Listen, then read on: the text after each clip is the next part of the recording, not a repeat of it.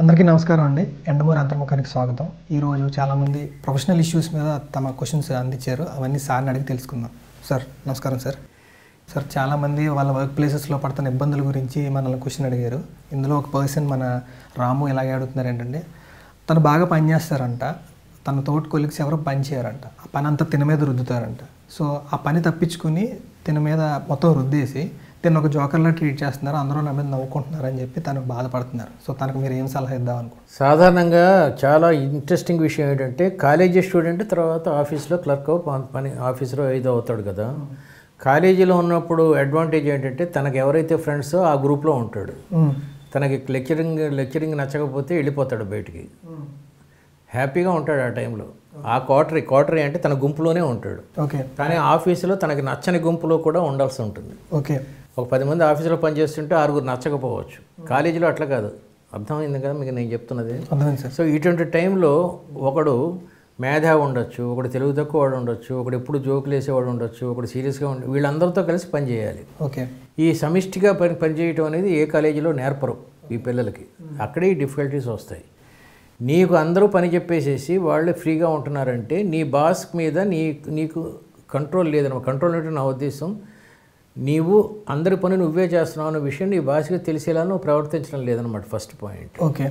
నీ బాస్ కూడా వాళ్ళ గ్రూప్లో ఉండి నీకు వ్యతిరేకంగా ఉంటే, ఇక్కడ ఒకడు దొరికాడు కదా. బాసులు ఎప్పుడు ఏం ఆలోచిస్తారంటే తమ పని పూర్తవడం ఆలోచిస్తారు తప్ప ఎవరు చేస్తున్నారు అనేది ఆలోచించరు. సో నువ్వు బాగా చేస్తున్నావు పని, నువ్వే అన్నావు, మిగతా వాళ్ళకి పని అంత చేత కాదు. స్లోగా వాళ్ళు తోసేశారు నీ మీదకి. ఇప్పుడు నీకు 2 పద్ధతులు. ఒకటి, నీ పని ఆ తోసేసిన పని అన్నీ ఆనందంగా చేసి ప్రమోషన్ సంపాదించి మంచి లుక్స్లో ఉండి అదొక పద్ధతి. లేదు, నేను ఇంతే పని చేస్తాను, ఇంతకన్నా ఎక్కువ చేయలేనని చెప్పేసి బాస్కి క్లియర్గా తెలిసేటట్టు అర్థం చేసుకోవటం ఒక పద్ధతి. ఇది ఒక ఆస్పెక్ట్. రెండో ఆస్పెక్టు, అందరికీ ఒక క్వార్టరీ ఉంటుంది. నీ క్వార్టరీ నువ్వు నిర్మించుకోవాలి. నీకంటే ప్రోగా ఉన్నవాళ్ళు, నీకన్నా యాంటీగా ఉన్నవాళ్ళు ప్రతి చోట ఉంటారు కాబట్టి నీకు ప్రోగా ఉన్న వాళ్ళతో బలమైన క్వార్టరీ ఏర్పరచుకోవాలి. సో నీ బాస్తో రిలేషన్స్ ఎలా ఉన్నాయో నువ్వు డిసైడ్ చేసుకుంటూ ఉండాలి ఎప్పటికంటే అప్పుడు. ఇది నిజంగా యాక్చువల్గా ఇట్స్ ఒక ఆర్ట్ అండి. ది ఆర్ట్ ఆఫ్ వార్ అని సింజు రాశాడు పుస్తకం. అది ఎవరితో ఎలా ఉండాలి, ఇది నీకే కాదండి అందరికీ ఉంటుంది. ఇంట్లో కొత్త కోడలు వెళ్ళినప్పుడు ఆడపడుచు ఒకలా ఉంటుంది, మామగారు ఒకలా ఉంటారు, వీళ్ళతో ఎలా మేనేజ్ చేయాలనేది కూడా ఉంటుంది. సో ఎక్కడైనా సరే ఒక యుద్ధం తప్పనిసరి. ఆ యుద్ధంలో బాగుపడాలంటే నువ్వు నిరంతరం ఒక యోధుడిలాగా ఆలోచించుకుంటూ వెళ్ళాలి. సార్ మనకి ఇక్కడ జయరామ్ అనే పర్సన్ ఒక క్వశ్చన్ వేశారు. తనకి స్టేజ్ ఫియర్ ఎక్కువ ఉందంట. సో ఎక్కువ మందిని గ్రూప్స్ మీటింగ్స్కి వెళ్తున్నప్పుడు సెమినార్స్లో సరిగ్గా తను చెప్దాం అనుకుంది కన్వే చేయలేకపోతున్నారు. అంటే అతని ఉద్యోగం సెమినార్స్లో మాట్లాడటం. అవును సార్. యస్. సో నీకు ఎప్పుడైతే చేతగాని ఒక వీక్ పాయింట్ ఉందో ఆ వీక్ పాయింట్ మీదే నీకు ఉద్యోగం ఉన్నప్పుడు ఈ డిఫికల్టీ తప్పదండి. ఓకే. అసలు నువ్వు అట్లాంటి ఉద్యోగం ఎన్నుకోవటమే తప్పు ఫస్ట్ పాయింట్. రెండో పాయింట్, ఇంక ఎన్నుకోక తప్పదు, అదే ఉద్యోగం చేయాల్సి ఉన్నప్పుడు నీ వీక్నెస్ నుంచి బయటపడాలి. ఓకే. ఈ స్టేజ్ ఫియర్ అనేది నాకు కూడా చాలా ఎక్కువ ఉండేది ఒకప్పుడు. సో బయటపడాలంటే ముందు స్టేజ్ మీద మాట్లాడటం నేర్చుకోవాలి. ఫస్ట్ స్టేజ్ మీద మాట్లాడిన తర్వాత అది రికార్డ్ చేసుకొని నేను చేస్తున్న తప్పులు ఏమిటి అని చూసుకోవాలి. న్యూక్లియస్ అంటారు, అంటే నువ్వు చెప్పదలుచుకున్న పాయింట్ నీకు క్లియర్గా తెలుసా లేదా. ఫస్ట్ సబ్జెక్ట్ లేకుండా నువ్వేం మాట్లాడలేవు. రైట్. తర్వాత కర్త కర్మ క్రియ వరుసగా చెప్తున్నావా లేదా. రాముడు సీతని రావణాసురుడు తీసుకుపోయాడు, రాముడు సీత అడవికి వెళ్ళారు, ఇలా చెప్పకూడదు కదా. ఫస్ట్ ఒక ఫ్లోలో చెప్పాలి. దీన్ని ఫ్లో అంటారు. ఫస్ట్ న్యూక్లియస్ ఉండాలి, ఫ్లో ఉండాలి, కాన్ఫిడెన్స్ ఉండాలి, ఈ మాట్లాడటం కళ్ళలోకి చూసి మాట్లాడటం. ఇది ఒక పుస్తకంలో రాశాను అక్కడ 18 పాయింట్లు ఇవి. స్టేజ్ ఫియర్ పోవాలంటే ఏం చేయాలి అని. అలాంటి పుస్తకాలు చదవాలి, ముందు ప్రాక్టీస్ చేయాలి, ముందు స్నేహితుల ముందు ప్రాక్టీస్ చేసి ఉన్న సబ్జెక్ట్ నేర్చుకోవాలి. అలా ప్రాక్టీస్ చేస్తూ ఉంటే ఆటోమేటిక్గా స్టేజ్ ఫియర్ పోతుందండి. అదే పెద్ద ప్రాబ్లం కాదు స్టేజ్ ఫియర్ అనేది. 3 years బ్యాక్ ఒక పర్సన్కి ఒక గవర్నమెంట్ జాబ్ వచ్చిందంట సార్. బేసిక్గా తను కొంచెం సైలెంట్ పర్సన్ అనమాట, ఎక్కువగా మాట్లాడే వ్యక్తి కాదంట. కాకపోతే అదేంటంటే జనాలతో ఎక్కువ ఇన్వాల్వ్ అయ్యే జాబ్ అనమాట. సో తన తోటి కొలీగ్స్ కానీ ఫ్యామిలీ మెంబర్స్ నువ్వు ఈ జాబ్కి అన్ఫిట్ అంటున్నారు. అయితే తనకి ఆ జాబ్ మీద ఇంట్రెస్ట్ ఉన్నా కూడా నేను చేయలేకపోతున్నాను, దీని నుంచి ఎలా బయటపడాలి. ఎప్పుడైతే నీకు ఒక వీక్నెస్ని నువ్వు ఇంట్రెస్ట్గా పెట్టుకున్నావో ఈ డిఫికల్టీస్ తప్పు. ఉదాహరణకి స్విమ్మింగ్లో వెళ్ళటం నాకు ఇంట్రెస్ట్ ఒలింపిక్స్లో, కానీ నాకు నీళ్ళలో దిగ్గానే జలుబు చేస్తుంది. ఈ ప్రాబ్లమ్ని ఎలా సాల్వ్ చేస్తాను చెప్పండి.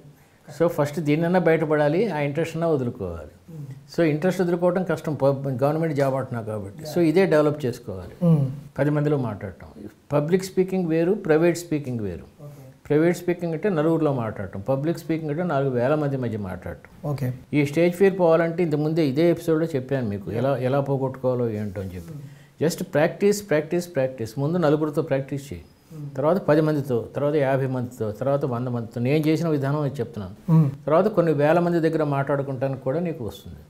దీనికి కొన్ని పాయింట్స్ ఉన్నాయని చెప్పాను ఆల్రెడీ, 18 పాయింట్స్ ఉన్నాయని చెప్పాను కదా. న్యూక్లియస్ అసలు నువ్వు ఏం చెప్పదలుచుకున్నావో క్లియర్గా తెలియాలి నీ మార్కెటింగ్.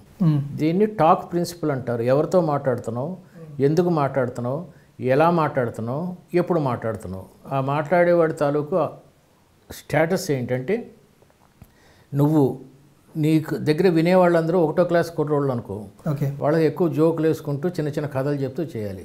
నీ దగ్గర వినేవాళ్ళందరూ బిజినెస్ స్కూల్ పీపుల్ అనుకో, వాళ్ళకి చిన్న చిన్న జోకులు అవి నచ్చవు, వాళ్ళకి టైం చాలా తక్కువ ఉంటుంది కాబట్టి చాలా లోతుగా మాట్లాడాలి. చిన్నపిల్లలతో వెడల్పుగా మాట్లాడాలి. ఇవి ఫస్ట్ డిసైడ్ చేసుకోవాలి. వినేవాళ్ళు ఎవరు, దట్ ఈజ్ వాట్.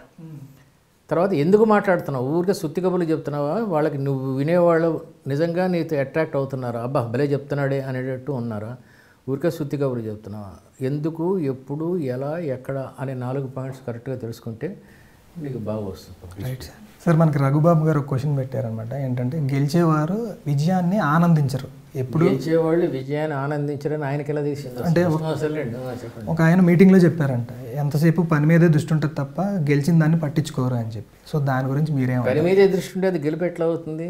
ఆయన ఎవడో ఆ మీటింగ్లో చెప్పినోడు చాలా శుద్ధ బేవర్స్గా ఏంటాడు. ఎందుకంటే ఇప్పుడు నేను పుస్తకం రాశానండి, రాస్తున్నంతసేపు రాయటాన్ని ఆనందిస్తాను, రాసిన తర్వాత అమ్మకాలు బాగున్నాయంటే ఆనందిస్తాను. కానీ ఆ అమ్మకాలు జరుగుతున్నంతసేపు వేరే పుస్తకం ఇంకోటి రాస్తూనే ఉంటా. అవును. ఇప్పుడు క్రికెటర్ ఉన్నాడండి, ఫస్ట్ బాల్ 6 కొట్టాడు, అందరూ చప్పట్లు కొడుతున్నారు, అది ఆనందిస్తూ ఉంటే మరి నెక్స్ట్ బాల్ వచ్చేస్తుంది కదా మీదకి. అవును. దీని మీద కాన్సన్ట్రేట్ చేయాలి కదా. మరి అది ఆనందించాలని ఎందుకు అనుకుంటారు? అది ఆనందిస్తాడు, ఇది కాన్సన్ట్రేట్ చేస్తాడు, ఇది 4 కొడతాడు, మళ్ళీ ఆనందిస్తాడు. సో ఆనందము గెలుపు నిరంతరం కొనసాగుతూనే ఉంటాయి, అంతే తప్ప కృషి ఉండాలిగా. కృషి ఉండడం అంటే ఆనందం తగ్గిపోవడం అనుకుంటున్నాడు మనోడు, అది తప్పు. Right sir. కృషి ఉండాలి, ఆనందం ఉండాలి. ఈ పని చేయాలి, ఆ కథం తాలూకు ఆనందాలని చేయాలి. ఎవరో ఫోన్ చేస్తాడు, ఆనంద బ్రహ్మ భలే రాశారు సార్ అంటాడు, ఆ టైంకి నేను ఇంకో పుస్తకం రాస్తూ ఉంటాను, ఇది కాన్సన్ట్రేషన్, అదే ఆనందం. రెండు మిక్స్డ్గానే ఉంటాయండి, అది తప్పు అభిప్రాయం. Right sir. సార్ మనకి లక్ష్మి అనే పర్సన్ బెంగళూరు నుంచి ఒక క్వశ్చన్ పెట్టారనమాట. ఏంటంటే తను బీటెక్ పూర్తి చేశారనమాట.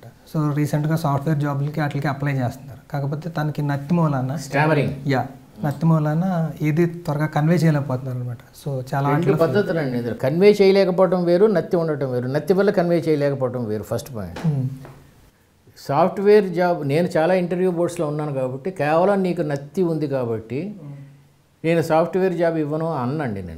నేను ఇస్తున్న ఉద్యోగం పబ్లిక్ స్పీకింగ్ ఉద్యోగం కాదు కదా, సాఫ్ట్వేర్ మామూలుగా టైప్ చేసి దానికి నత్తి ఉంటే ఏమిటి, నాకు నత్తి లేకపోతే ఏమిటి. నీకు నత్తి ఉందన్న విషయం నాకు ఫస్ట్ వాక్యంలోనే తెలిసిపోయింది.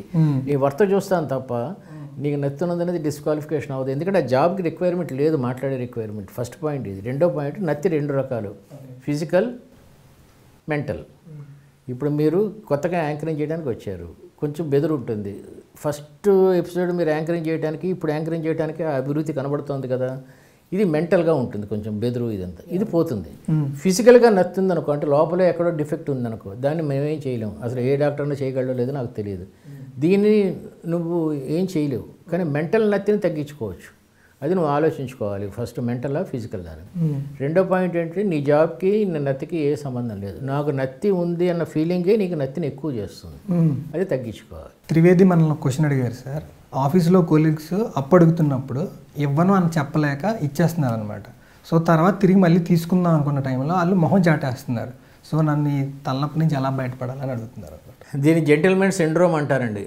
చిన్నపిల్లలకి తల్లులు నేర్పుతారు, ఏంటి కొంచెం మంచి పాప, మంచిదాని మంచివాడు అమ్మ, కొంచెం షుగర్ తీసుకురా అని. షాప్కి వెళ్ళి షుగర్ తీసుకురావటం అనేది మంచితనం కాదు, బాధ్యత అది. లేకపోతే రేపు పొద్దున కాఫీ ఉండదు. కాబట్టి మంచి అనేదాన్ని వీడు ఎప్పుడైతే చెప్పారో, పక్కింటి పిన్ని గారు కూడా నువ్వు మంచివాడు అమ్మ కొంచెం వెళ్ళి తీసుకురా అంటే వాడు ఆవిడ కోసం కూడా తీసుకొస్తాడు. ఇలాగే పెద్ద అయిన తర్వాత నువ్వు మంచివాడిలో కొంచెం మార్గదర్శి చిట్ ఫండ్ సంతకం పెట్టరా అంటే పెడతాడు. ఇలాగే అప్పివరా అంటే ఈ మంచితనం అనేది ఒక క్వాలిఫికేషన్లో ఫీల్ అవుతాడు. దీన్ని చేతకాని ధనం అంటారు. ఫస్ట్ ఇదే మొహమాటం అంటారు. మొహమాటం పోగొట్టుకోవడానికి చాలా చెప్పాల్సి ఉంటుంది. ఫస్ట్ పాయింట్ ఏంటంటే, మనం ఇదే ఎపిసోడ్స్లో అంతర్ముఖంలో చాలాసార్లు మొహమాటం పోగొట్టుకోవడం గురించి మాట్లాడాం. నువ్వు లోన్ ఇస్తే నువ్వు మంచివాడే అవ్వవు, ఎందుకంటే లోన్ ఇచ్చిన తర్వాత నువ్వు శత్రువు అవుతావు, నువ్వు అడుగుతూ ఉంటావు కదా మళ్ళీ వెనక్కిమ్మని. సో ఈ ఫస్ట్ పాయింట్ మంచివాడు అవటం కోసం లోన్ ఇవ్వడం అవసరం లేదు, ఫస్ట్ పాయింట్. రెండో పాయింట్, నువ్వు ఇవ్వకపోతే వాడు ఇంకోటి దగ్గర తీసుకుంటాడు, నీలాంటి బకరా ఇంకోటి ఉంటాడు ఎక్కడో, వాడి దగ్గర తీసుకుంటాడు. సెకండ్ పాయింట్ ఇది. మూడో పాయింట్, నువ్వు లోన్ ఇస్తున్నావంటే నీ పెళ్ళాన్ని పిల్లలకి ఉన్న ఇవ్వాల్సిన డబ్బుని తీసుకెళ్ళి ఎవడో ముక్కు మొహం తెలియని కొలిక్కి ఇస్తున్నావు అన్నమాట. సో నీ అవసరాన్ని సరిగ్గా వాడుకోవట్లేదు నీ డబ్బుని. నువ్వు లోన్ ఇవ్వకుండా ఉండొద్దు అంటం లేదండి, ఇచ్చేవాడు తిరిగి ఇస్తాడా లేదా, వాడి అవసరం ఏంటి. ఉదాహరణకు ఫాదర్ ఒంట్లో బాగలేదు, అర్జెంటుగా కావాల్సి వచ్చింది నీ ఫ్రెండ్కి, ఇవ్వు, కానీ మొహమాటం వల్ల ఇవ్వద్దు. ఎప్పుడైతే నువ్వు ఒక పని చేసి ఆ పని వల్ల విచారంగా ఉన్నావో దాన్ని మొహమాటం అంటారు. నువ్వు ఒక పని చేసి ఆ పని వల్ల ఆనందంగా ఉన్నావో దాన్ని దాతృత్వం అంటారు. దాతృత్వం వేరు, మొహమాటం వేరు. దాత అవ్వు, నీ దగ్గర బోల్డ్ డబ్బు ఉండి ఇచ్చినా పర్లేదు అన్నప్పుడు దాత అవ్వు. వాడు తిరిగి ఇస్తాడని నమ్మకం ఉంటే ఇవ్వు. వాడికి నిజంగా అవసరం ఉన్నప్పుడు నీకు డబ్బులు పోయినా పర్లేదు అనుకుంటే ఇవ్వు. తిరిగి వసూలు చేసుకోవడం అనేది చాలా కష్టం అది, ఎందుకంటే ప్రామిసరీ నోటు, కోర్టులు ఇవన్నీ భరించలేము. అలాంటప్పుడు నువ్వు అప్పు పోయిందనుకొని ఇవ్వు.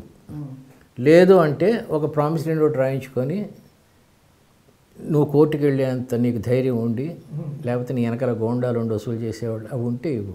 లేకపోతే ఇలా నిద్రలేని రాత్రులు చాలా గడపాల్సి ఉంటుంది. ఇది ఒకటే కాదు, తిరుపతి వెళ్ళి ఉంటారు చాలామంది, వాడు గోల పెట్టేస్తూ ఉంటాడు, ఒకరోజు కూడా భోజనం చేయలేకపోయాను, ప్రతిరోజు వచ్చేవాడు.